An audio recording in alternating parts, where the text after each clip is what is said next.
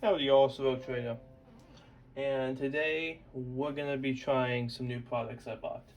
So the other day I was surfing through the interwebs and I found a stripper. No, not the cheap one you see at the strip mall strip clubs. This one from AK Interactive, paint stripper. Just want to point out there was a stripper on the pole, so I'm calling it a stripper here. I bought this because I need to get some stuff stripped. And I have a lot of resin minis, and I have some minis that aren't painted well. And this one is primarily designed for resin. While it does work on everything else, this is designed to be safe with resin. So I bought it because I have got good at painting, and I have some old stuff that needs to be fixed. For example, the Swan Knight from Lord of the Rings. So there's a Forge World one. This is authentic Forge World. And, well, he doesn't look that good. He has seen better days. So, we're gonna strip it. So first things first, gonna need a brush.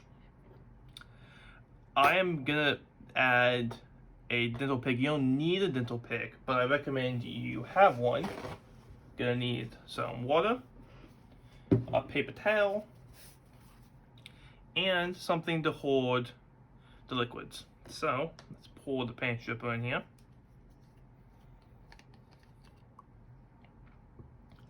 So your first step is going to want to coat the model. You want to give it, soak it good. So, to quote the old man for, what was the name of that movie? Someone's going to post in the comments, please, or text me, or let me know. The movie with the Karate Kid. Yeah, literally Karate Kid. You're going to want to paint on, paint off. So we painted on this model. We spent hours of our life. Now we're going to spend minutes of our life painting it off. So you're just going to get a nice thick coat. So Duncan always says 2 thin coats. Well, now we're going to just do one nice thick coat. And you can kind of see it's already starting to come off. But we're not going to do it yet. We're going to thicker up, and then we're going to give a minute or two to let everything work its magic. So, take a pause here. See you in a hot beat. Okay, so we gave them a soak, and as you can see, it is there's some dripping. So let's pick it up. Your hands will get dirty during this, so just be forewarned. So there's 2 issues I've ran into when doing this on other test models. One is your brush can get gummed up, so you have to clean your brush very often while doing this. And 2 is the fumes from this paint stripper. They are noticeable. So I'm in my office, which is, I don't know, 15 by 10 room. So it's a big room, but I can still smell it from the hallway. So we're just going to get some more on there. We're just going to paint off. So in using this, I just got a sacrificial paintbrush from Hobby Lobby. So I would not recommend using any of your good brushes for this. But that is up to you, ladies and gentlemen, because I like my brushes and I buy expensive brushes. So I don't need to waste them. Now you could use an older brush, but I just got these cheap ones because I don't think this will last long. I mean, I have no proof of that, of course, but I just feel after so long, the ends, the bristles, when they come in here and they're glued in, they're held in, that's going to start coming undone. As you can see on his back, you can see the gray now. The primer's gone, the blues, the layers I put on there are gone. I mean, so this was a lot of layers. So if we're going to talk, how many layers of paint we have on here? On average, depending on where you're at in the model, it's going to be about 10. Because I put down, the black primer, put down my lead belcher. I did 3 thin coats of lead belcher, I believe. I did a wash of the whole model. I did 2 more coats of another metallic, another wash, and another 2 coats of metallic. The blue was 6 different colors. So on average, I'll say more like 5 or 7 to 10. So this is cutting through all that. This is all just standard GW paint, by the way. I'm not using anyone else. So it just chews up GW. I mean, most acrylic paints are the same. So if you were to do this on something from, you know, AK, if you were to do this on, I don't know, scale 75, I feel it's with the same effect. I am going to try it on those models, but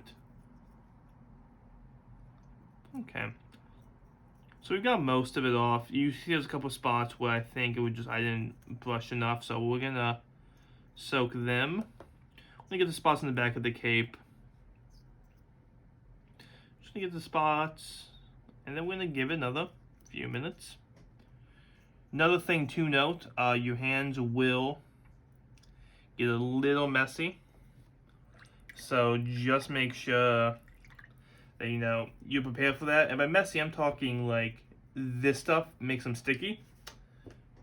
And if that bugs you, like I said earlier, you know, maybe find a pair of gloves or something. And also, you will make a mess. This stuff has gone everywhere over this table, on and off camera.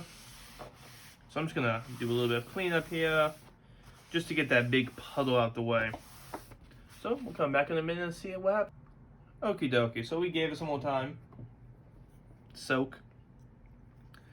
And see, it's already dripping off. So real fast, I'm gonna agitate it. And my agitator is gonna be this little guy right here. Who's gonna go in there? And you're gonna just gonna prick out the little groups with this paint. And sadly, I'm not gonna be able to get all of it off, but I'm gonna get enough off to where when I go and repaint it later, there's no problem.